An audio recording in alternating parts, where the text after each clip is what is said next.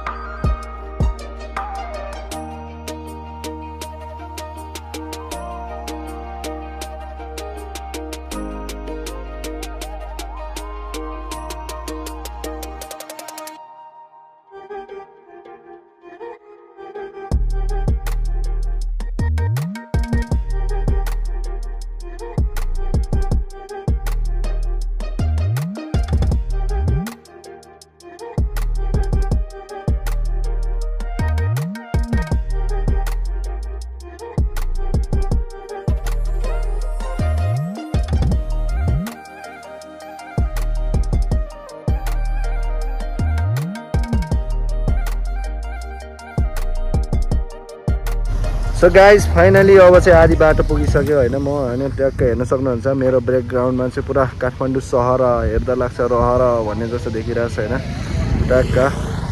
अब यहाँदेखि जम्मा भनौँ त्यस्तै 5 किलोमिटर जति होला, त्यसपछि हामी पुगिन्छ। तपाईँहरूलाई म काठमाडौँको दृश्य देखाउँछु है त।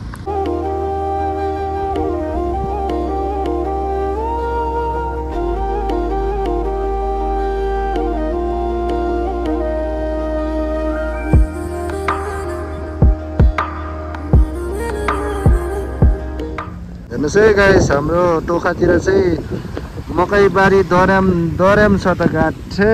बाफरे, यहाँतिर बस्नु आनन्द लाग्ने क्या ठ्याक्क हेर्न सक्नुहुन्छ तपाईँहरूले। काठमाडौँ त राम ढुङ्गा जस्तो होइन। यहाँदेखि अझै हामी जानुपर्छ, यहाँदेखि यस्तो उकालो हेर्न सक्नुहुन्छ तपाईँहरूले। ओके गाइस, अब हामी जानेछौँ होइन। मेरो बाइक चाहिँ त्यहाँ छ, फेरि ट्याक्क बाइक यहाँ राखेर आएको। सो अब हामी यहाँदेखि जानेछौँ। सो फाइनल गाइस, अहिले चाहिँ हामी माथि झर्ना पुगिसक्यो होइन। झर्ना जाने बाटो चाहिँ यता रहेछ। सो हेर्नु सक्नुहुन्छ, यताबाट जानुपर्ने निकै टाढै पो रहेछ गाइस। माथि बाइक राखेर चाहिँ त्यस्तै 10-20 मिनट हिँड्नु पर्दो रहेछ गाइस टक्क होइन। यतापट्टि खोला बस्दैछ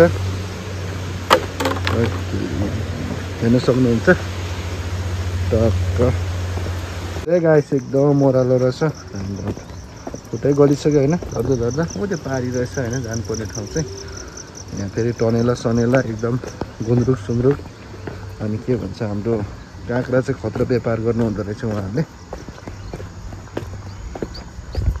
सो गाइस फाइनली हामी चाहिँ यता झर्ना पुग्नु लाग्यो। फेरि यताबाट जानुपर्ने रहेछ यता टक्क त्यो पारीपट्टि हेर्नुहोस् त तपाईँहरूले।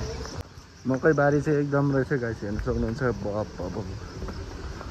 मकैबारी दर्याम गाठे।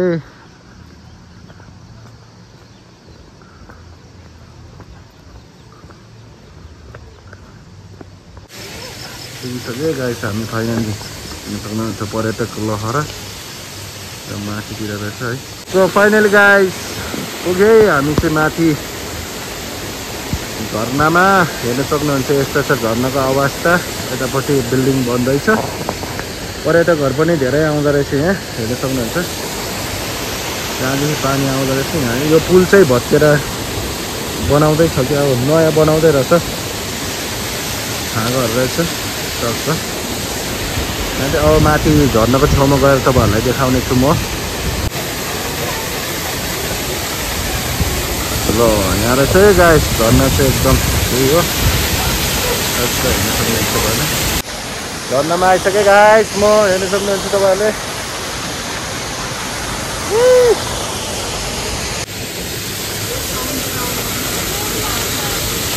हेर्नुहोस् है गाइस यहाँ एकदम नुहाउनेको ताती छ। यहाँ चाहिँ नुहाउनु पनि पाउँदो रहेछ। यहाँ फोटोसुट भइरहेछ। पानी चाहिँ यही मुनिबाट जाने रहेछ त्यो मुनि पनि। इन्डियनहरू यो पानीभित्र पसेर मस्ती गरिरहेछ होइन। हेर्नु सक्नुहुन्छ पानी। यहाँ तपाईँहरू आएर यहाँ नुहाउनु पनि सक्नुहुन्छ है। यहाँ बाटो चाहिँ हल्का चिप्लो रहेछ। अब चाहिँ म यो गुफाभित्र जाने छु होइन। यताबाट जाउँ न रक्षा गरौँ भनेर छैन। अब चाहिँ म यो भित्र ट्याक्क घन्टी बजाउँदै ल रक्षा गरौँ मेरो पब्लिकहरू सबैको रक्षा गरौँ मेरो नि गरौँ है भगवान् भन्दै अब चाहिँ म यहाँभित्र हेर्दैछु।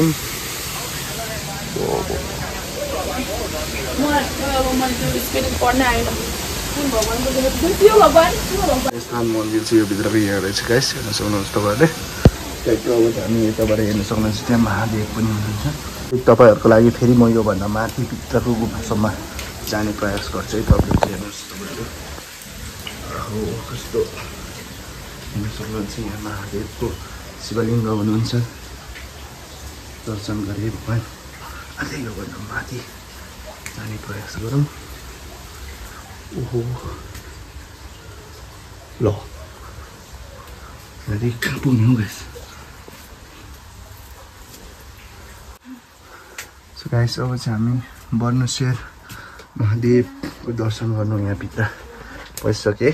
हेर्न सक्नुहुन्छ हे महादेव रक्षा गरौँ है।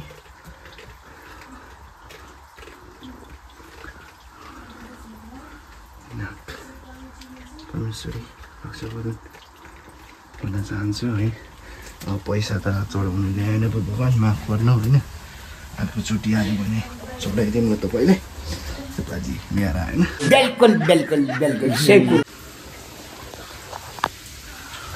बाटो एकदम चिप्लो छ है। आज चाहिँ जे होस् भिड छैन रहेछ। महादेवको दर्शन गर्नु भए। सो गाइस म चाहिँ यहाँ आइसकेर दर्शन गरेर एकदम नुहाउनु चाहिँ नुहाएन। यसो झर्नाको पानी टाउकोतिर यसो लाएर सिधै होइन। तपाईँहरू पनि आउनु होला एकदम यहाँ दर्शन गर्नु होला। अनि त्यसपछि यता झर्नामा तपाईँहरू एकदम नुहाउनु सक्नुहुन्छ नुहाउनु होला भनेर होइन। सबैजना पब्लिकहरूलाई म यता आउनुहोस् भनेर एकदम स्वागत गर्दछु होइन। सो यति भन्दै मेरो आजको भ्लग चाहिँ म यहीँ अन्त्य गर्न चाहन्छु। तबसम्मको लागि तपाईँहरू सम्पूर्णलाई एकदम मिस गर्नेछु। राम्रोसँग बस्नु होला टेक केयर गर्नु होला होइन। मेरो भिडियोलाई लाइक कमेन्ट सब्सक्राइब गर्नु होला। फेरि आज चाहिँ यस्तो नयाँ नयाँ भ्लगहरू तपाईँहरूलाई ल्याउँदै गर्नेछु। So guys by by.